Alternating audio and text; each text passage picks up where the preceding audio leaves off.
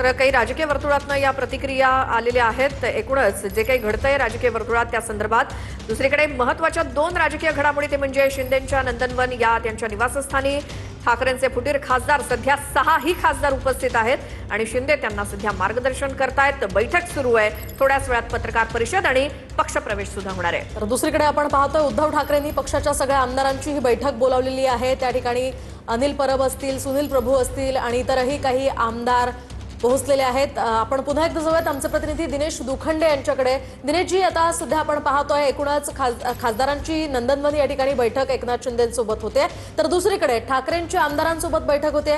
काय सध्याची महत्त्वाची माहिती मिळते या संदर्भात?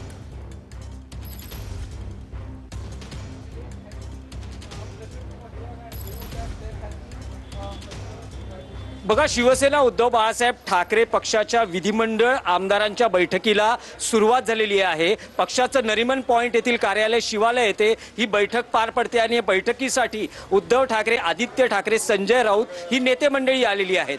पण आज पक्ष ज्या परिस्थितीने खडतर मार्गातून जातो आहे, 2022 साली पक्ष फुटला, ज्यात 40 आमदार फुटले, जवळपास 12 खासदार फुटले आणि त्यानंतर दुसऱ्यांदा फूट पडली, त्यात 6 खासदार यांनी शिंदे शिवसेनेत विलीन होण्याचा निर्णय घेतलेला आहे। गेल्या 4 वर्षात पक्षाने अनेक चढ उतार, यशापयश आणि 2 बंड बघितलेली आहेत। त्यामुळे निश्चितच आज आत्मचिंतन करण्याची पक्षाला गरज आहे। उद्धव ठाकरेंना खासदारांच्या बंडानंतर आता आमदारांना आपल्या सोबत ठेवण्याचं एक कर्तव्य किंवा एक टास्क पार पाडावी लागणार आहे आणि त्या दृष्टीनंच भले विधिमंडळाच्या आमदारांची बैठक ही अधिवेशनाची स्ट्रॅटेजी ठरवण्यात संदर्भात असली तरी या बैठकीला पार्श्वभूमी आहे खासदारांच्या बंडाची आणि वेगळ्या गटाची। त्यामुळे उद्धव ठाकरे यांना आज त्या दृष्टीने आपला पक्ष एक संघ ठेवणं, मग आता आमदार असतील, नगरसेवक असतील, हे आपल्याकडेच ठेवणं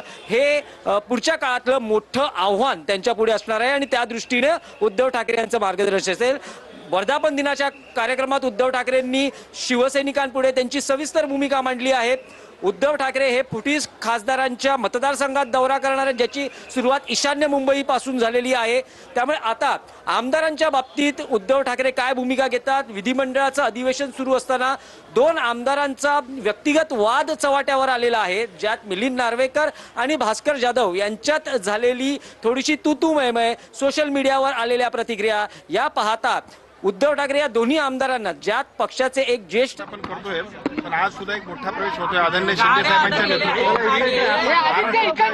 शिक्कामोर्तब केलंय आणि मला असं वाटतं त्याचंच हे प्रतीक आहे। एनडीएमध्ये दुसऱ्या क्रमांकाचा मोठा पक्ष होतो, दुसऱ्या क्रमांकाचा मोठा पक्ष होतो, काय प्रतीक? निश्चितपणाने अभिमान आणि आनंद आहे। आदरणीय शिंदे साहेबांचं नेतृत्व आणि महाराष्ट्राने देशानं सुद्धा त्याच्यावरती अधोरेखित केले असं म्हणायला हरकत नाही।